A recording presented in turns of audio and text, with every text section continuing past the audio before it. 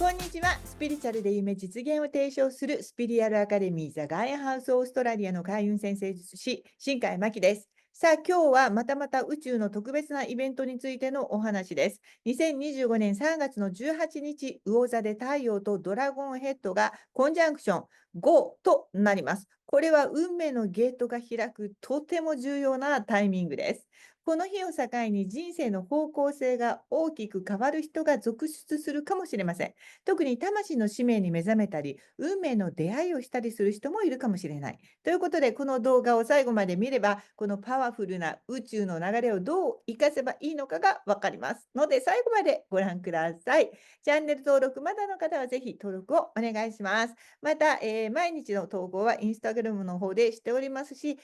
文字で読みたいという方はブログの方でもこうした情報をシェアしております。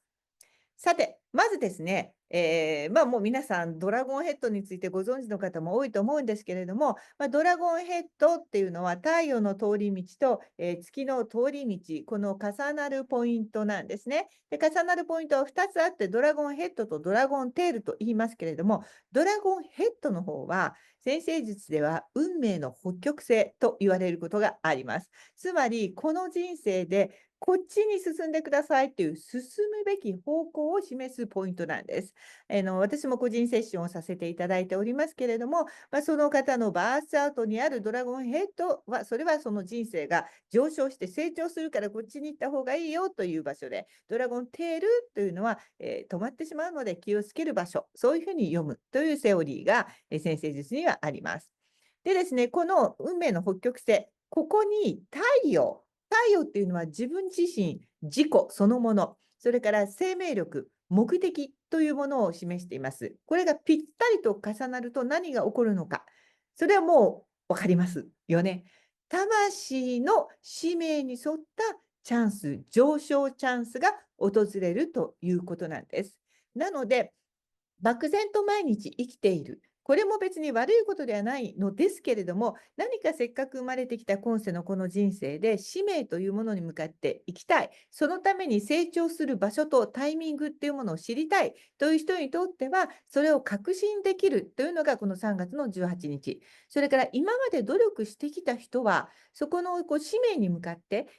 何らかの行動を起こしてきた人は、割とこの日にこれが評価されるということが起こります。それから今後の人生の方向性というのが、漠然としていたものが明確に、よし、この人とつながって、こういう目標を持って、あっちに進もうみたいなものに決心がつくということが起こりやすいということになります。特に魚座でこの現象が起こるということは、私も含め多分この動画を見ている人たちは同じだと思うんですけれども、見えない世界とかスピリチャリティとかね、それから直感、それから癒し、ね、それからアーティスティックでクリエイティブなもの、あるいは奉仕の精神みたいな、そういう世界が、好きな人が多分ここに集まってると思うんですけれども、そういう人にとってはエネルギーがすごく強くなるので、心の声ね、マインドじゃなくて、心の声の方に従っていくということがとても重要な時だということになります。よいしょ。すいません。またなっちゃった。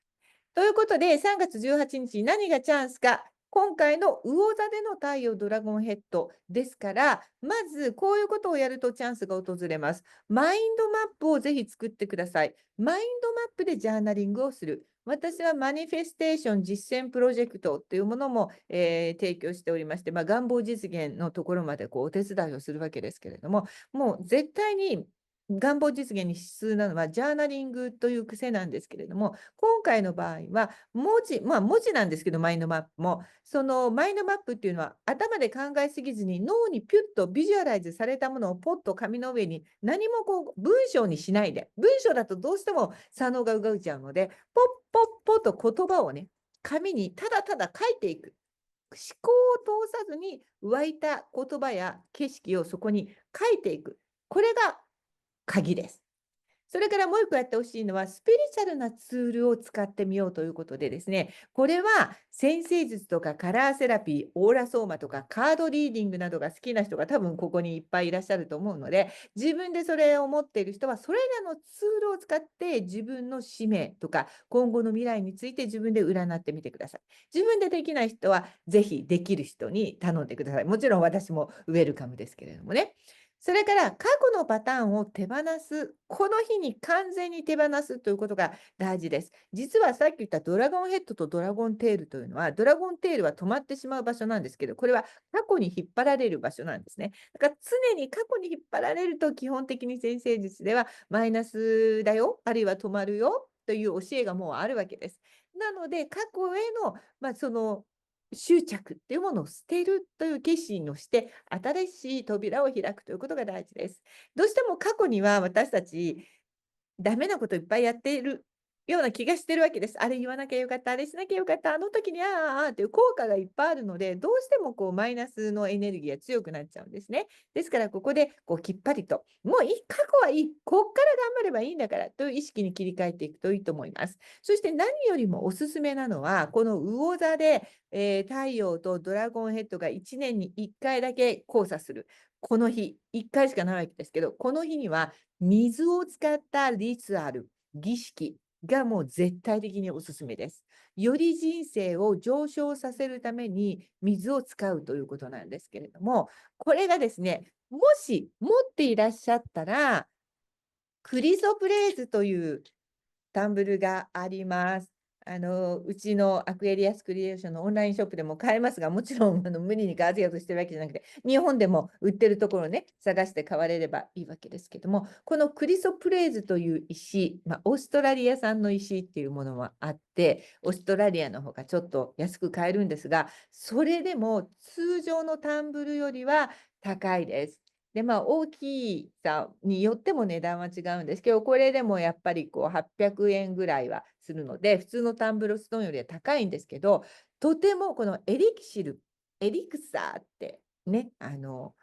れじゃないですか。ファイナルファンタジーとかね、ドラゴンボールじゃないや、なんだっけ、もう一個の、やってると、回復するためにエリクサーって作る。これ、クリソプレーズのエリキシル、エリクサーって言うんですけど、こう水にちょっとこうつけとくんですね。私はもう何年も、もうだから自分の浄水域のところにこのクリソプレーズがいっぱい入ってるので、何年もこれを飲んでいます。クリソプレーズっていうのは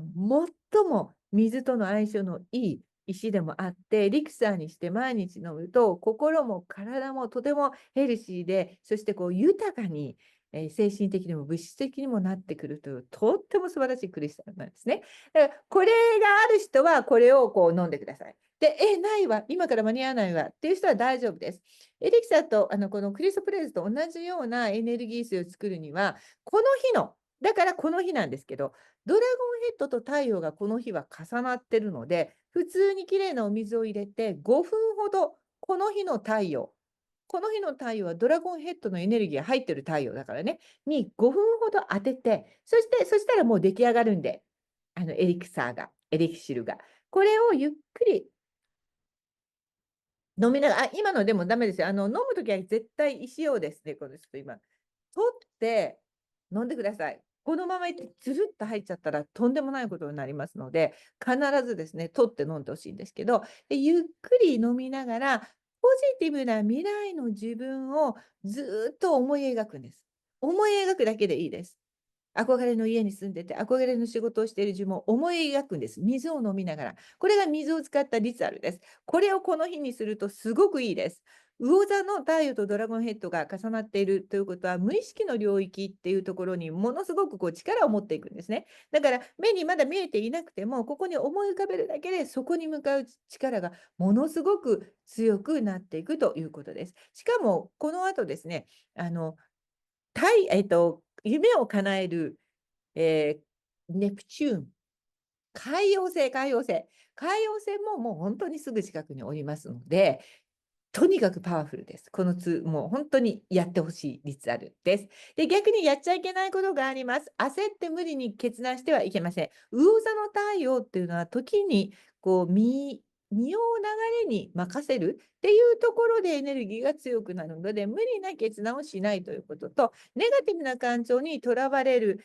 方向ではまたよろしくないので、過去の傷を思い出さないようにするというのが2つやっちゃいけないことということになります。ということで、魚座の太陽とドラゴンヘッドがね、コンジャンクションするこの日は、魂の使命が目覚める重要なタイミングですから、ぜひぼーっと過ごさないで、今言ったような何かをですね、やっていただきたいと思います。過去を手放す直感に従う、新しい出会いやチャンスにはオープンにいて、水のリツアルをやっていくと、あなたの人生が一気に加速するかもしれません。ぜひ皆さんもコメント欄で最近感じている変化とか、不思議なシンクロなんかがあればシェアしていただくと、そういうことももうすでに起こっている人は多いんじゃないかと思います。まだの方はぜひチャンネル登録と、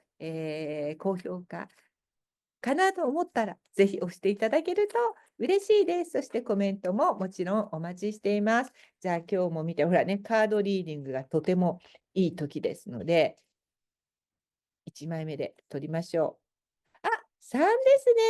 これ、数比術の今回はカードが出ました。このイメージを私がカードを作るときに受け取ったのは、卵がパカンと開けて、そこから何かが誕生している図、そして全部真っ黄色にしてくださいっていう、宇宙との、エネルギーでした。イエローっていうのは、それこそカラーセラピーでは、オプティミスティック、とてもポジティブに楽観的に物事を捉えるという力です。今、そうは思えないような状況にある人もいるかもしれません。でも今ここで楽観的なビジュアライズができることが、とてもこれからの未来のあなたの人生には役に立つことです。少し無理かなと思いながらも、ぜひちょっとビジュアルをね、楽観的にしてみてください。ということで、以上です。皆さんが素敵な18日を迎えることができますように。では。